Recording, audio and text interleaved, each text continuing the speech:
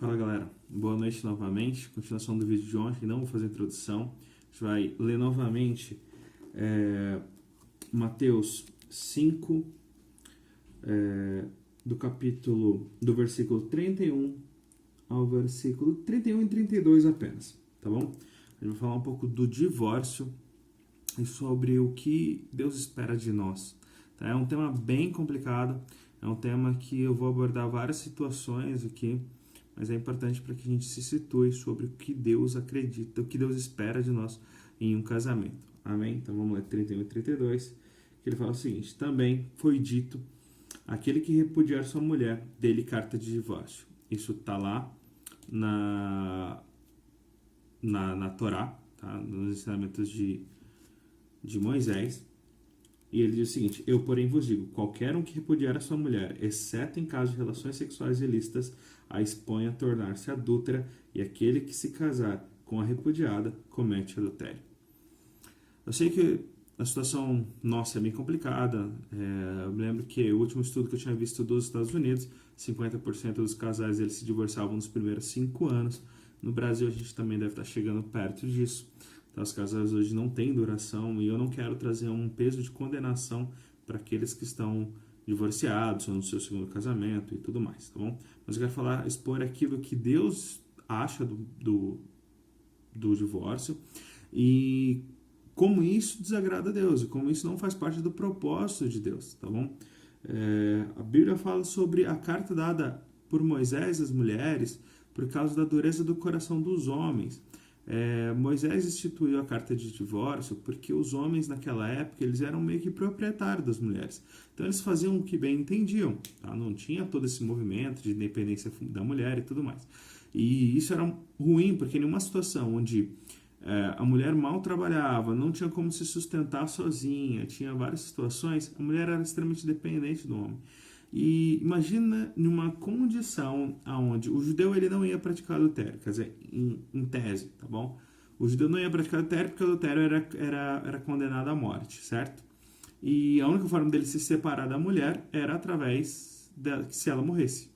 Então você imagina o que acontecia com as mulheres caso o Moisés não desse aquela carta de divórcio, aquela carta de repúdio na época, que era o nome, naquela época, tá? Moisés fez isso para proteção das mulheres, porque os homens duros de coração, né, chegavam a cometer homicídio, a programar a própria morte das mulheres, maltratar, para que ou elas cometessem adultério, ou elas abandonassem o lar e tudo mais. Então, por causa disso, Moisés falou, não, de Deus mesmo, né? Falou, olha, para que vocês não sofram com isso, é melhor que vocês se divorciem. E também isso entra em alguns pontos hoje, sim, apesar de Jesus deixar bem claro que Deus não é a favor do divórcio, a gente vai entrar depois nesse mérito. É caso que numa situação onde uma mulher ela está sendo espancada, ela está sendo maltratada pelo marido, eu quero deixar bem claro uma coisa aqui: o marido tem que ser preso, tá? Uma vez preso, aquilo é considerado abandono. E aí aquela mulher não tem mais nenhum compromisso com aquele homem, beleza? Não vou entrar no mérito aqui de mas Giovanni, tem que ter perdão. Irmão, Deus abençoe a mulher que perdoa o marido que abate nela, mas antes disso ele tem que pagar pelos crimes dele. E isso ele tem que ser preso e pagar isso dentro da cadeia. Então, se ele for cristão mesmo, ele vai entender o que eu tô falando, tá? Então, primeiramente, eu quero dizer bem claro que eu não estou falando isso para casos extremos, casos de abusos extremos, casos que a mulher não tem condição alguma de estar com o marido. Estou falando para os casos, vamos falar dos casos razoáveis, que é a maioria dos divórcios, tá? Porque a maioria dos divórcios a gente está falando sobre incompatibilidade de gênero, sobre problemas de sociabilização dentro do lar, problemas de valores diferentes um do outro, tá? Eu vou deixar bem claro algo, que a Bíblia ela não fala que a gente pode separar por causa dessas coisas, tá bom? E nem porque eu sou infeliz. Felicidade não é métrica para se manter um casamento, ok? Eu vou deixar bem claro isso. A Bíblia fala que o casamento é vitalício. O compromisso que eu assumo com uma mulher, com a minha mulher, né? Caso a minha mulher assumiu comigo, ele é vitalício. Então a gente tem que aprender a ser feliz junto. Eu já estou há 7 anos casado, com 2 filhos, e eu pretendo estar casado o resto da minha vida, tá? Então vamos Então, e não é porque meus dias são felizes todos os dias. É porque eu entendo que se eu não estou feliz, a culpa não é dela. E do mesmo jeito eu já disse várias vezes para ela que se um dia ela acordar e não estiver feliz, a culpa não é minha. Essa ideia de que a gente coloca a felicidade, nossa felicidade sobre o ombro de outra pessoa, ela é incorreta e ela gera uma idolatria no nosso coração, porque a gente vai criar expectativa, a gente vai almejar aquilo e outras coisas também. É que as pessoas elas buscam o casamento para saciar o ego, né? Existem várias questões sobre isso, mas não vou entrar no mérito do casamento, só quero entrar no mérito do divórcio. E aí a única, continuando ali no capítulo, no versículo 32, a única saída sem ser a viuvez para o casamento, ela é essa que só está em Mateus. Inclusive, isso não está em Lucas, isso não está nos outros evangelhos, só está aqui, tá bom? Que é o quê? Eu, porém, vos digo que qualquer um que repudiar, isso é Jesus falando para os judeus, qualquer um que repudiar a sua mulher, exceto em caso de relações sexuais ilícitas, a expõe a tornar-se adúltera e aquele que lhe casar com a repudiada cometerá adultério. Então, primeiro, a única situação que Jesus abre uma condição para o divórcio, ela é através de relações sexuais ilícitas. Ele não está falando necessariamente de adultério, tá? Então, se a outra pessoa é adúltera, eu posso sair, não. Ele está usando o termo aqui em grego porneia, que vem de pornografia, vem de, né, entre outras coisas aí. Que quer dizer algo sujo, algo imundo diante de Deus. Mas algo muito interessante é que esse termo ele é usado principalmente para fornicação, para se caso o marido tenha algum desejo esquisito e entre outras coisas, e claro, ele comete adultério, que o adultério também é porneia, é meio óbvio isso, certo? Mas não é só isso. Tá? Então, uma mulher também não está sob o jugo do marido, caso o marido seja um pervertido sexual, tá bom? Vamos deixar bem claro isso aqui também. E esse é o único caso que Deus prevê o divórcio e que ele fala que é assim, se vocês se separarem, porque já tem um adúltero no meio, a pessoa que se separou não vai ser adúltera também, não vai trazer condenação para a vida dela. De qualquer outra forma de divórcio e recasamento é tratado como adultério perante Deus. Isso significa o quê? Significa que essas pessoas estão em pecado. O que isso significa? Que isso vai trazer culpa e peso. Giovanni, isso pode ser tratado por Deus? É óbvio. Todo pecado, toda culpa, ela pode ser tirada através do nosso perdão em Jesus Cristo, que é quando traz arrependimento para o nosso coração. Então, se eu me arrepender e confessar meu pecado e crer que Jesus Cristo, ele me perdoa, ele vai trazer perdão. Mas eu vou dizer uma coisa para você, arrependimento não é fácil não, tá? Vou falar, vou me separar hoje, amanhã eu vou me arrepender. Em primeiro lugar, muitas pessoas não se arrependem verdadeiramente e elas vão, e Deus vai cobrar delas disso, tá bom? Eu não quero trazer condenação, porque a Bíblia fala que eu não devo julgar, porém ela fala que a própria palavra julga as pessoas. Então, eu estou expondo a palavra de Deus para vocês. E é bem claro, falando que Deus abomina. E o termo abominar é o maior nível de repúdio que Deus pode ter sobre algo. Então, quando Deus fala que Deus abomina o divórcio, é porque realmente Deus não deseja e ele não pensa nessa possibilidade em nenhum momento para o homem. Então, não tem justificativa, a não ser aquelas que eu já comentei até aqui, tá bom? É um tema pesado. Um dia, se Deus quiser, eu faço uma pregação completa sobre o divórcio e tudo mais. Mas vamos continuar aqui. Agora vamos falar dos juramentos. Tá, versículo 33. Jesus diz: também ouvistes o que foi dito aos antigos: não jurarás em falso, mas cumprirás rigorosamente para com o Senhor os teus juramentos. Eu, porém, vos digo: eu vos digo, de modo algum jureis, nem pelo céu, por ser trono de Deus, nem pela terra, por ser estrada dos seus pés, nem por Jerusalém, nem por ser a cidade do grande rei, nem jureis pela tua cabeça, porque não podes tornar um cabelo branco ou preto. Sejas, porém, a tua palavra sim, sim, ou não, não. O que disto passar vem do maligno. Tá? Toda essa expressão de juramentos aqui é porque os judeus tinham a mania de jurar em nome de Deus. Então, né, pelo amor de Deus, em nome de Deus, eu estou jurando, pela minha vida, eu estou jurando, pelo templo. Jerusalém era né, o local sagrado máximo dos judeus. Ele falou: vou jurar por Jerusalém. Tá bom? Isso não fazia o mínimo sentido. O que Jesus fala é que você não precisa jurar nada. Tá? Você não precisa jurar para que as pessoas confiem na tua palavra. Seja o teu sim, sim e o teu não, não. Então, cumpra aquilo que você fala. Você não precisa jurar, as pessoas precisam confiar no que você fala, mas você tem que ter o testemunho de que se uma vez você disse sim, é sim, se uma vez você disse não, é não. E o que passa disso é do maligno. Ou seja, qualquer tipo de manipulação, divergência, qualquer tipo de forma de tentar ludibriar as pessoas é do maligno. É sim, sim, não, não. Então, não sejam pessoas dissimuladas, não sejam pessoas que assumam uma posição e depois voltem atrás. Assumam tudo aquilo que você disser, e a Bíblia diz que a gente será condenado por cada palavra vã que a gente diz. Então, tome cuidado com o que você fala. Amém? É isso. E aí continua depois um outro contraponto que fala: ouvistes que foi dito olho por olho, dente por dente. Eu, porém, vos digo, não resistai ao perverso, mas a qualquer um que te ferir a face direita, volta ali também à esquerda, a outra, e ao que quer demandar contigo e tirar a túnica, deixa-lhe também a capa. Se alguém te obrigar a andar 1 milha, vai com ele 2. Dá a quem te pede e não volte as costas ao que deseja, e não lhe mostre as costas ao que lhe deseja que lhe emprestes.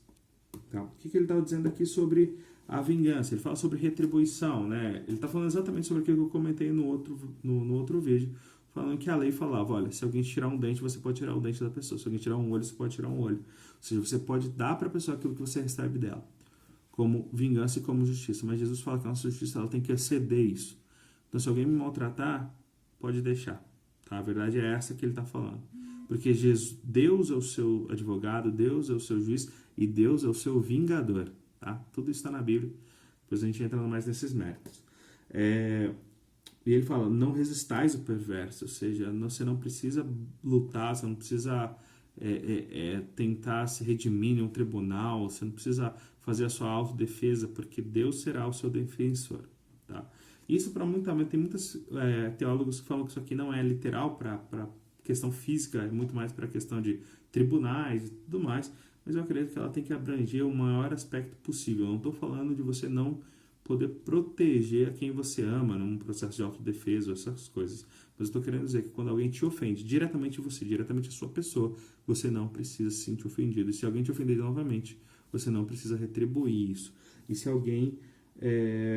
Inclusive, se você dá emprestado alguma coisa para alguém, você deve não só dar emprestado e depois cobrar aquilo de volta, mas você deve dar emprestado entendendo que aquela pessoa não precisa te devolver mais. Isso é algo muito difícil de ser praticado, mas que eu tenho buscado entender nesses últimos anos.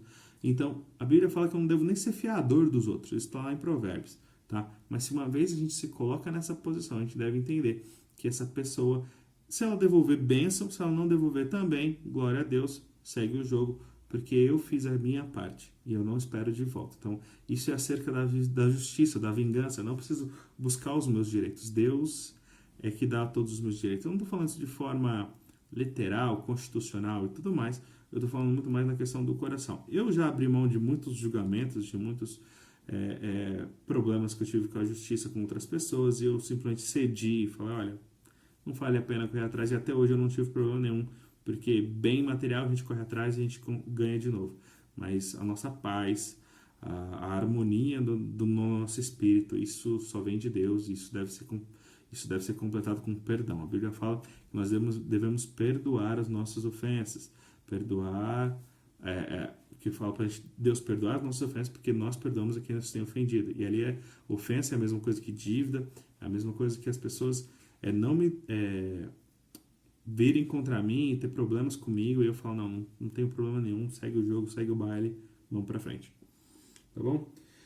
É a mesma coisa da túnica e da capa. Ele está falando exatamente sobre isso. Se alguém vir aqui me roubar algo, eu não tenho que me preocupar com aquilo. Aquilo não faz sentido para mim. Inclusive, se ela está precisando de uma túnica, além disso, eu tenho que dar a túnica para ele. E o próximo, ali no versículo 43, a gente está acabando, é o último tema da justiça de Deus. Ele fala assim: ouvistes o que foi dito, amarás o teu próximo e odiarás o teu inimigo. Eu, porém, vos digo: amai os vossos inimigos e orai pelos que vos perseguem, para que vos torneis filhos do vosso Pai Celeste, porque ele faz nascer o sol sobre os maus e bons e vir chuvas sobre justos e injustos.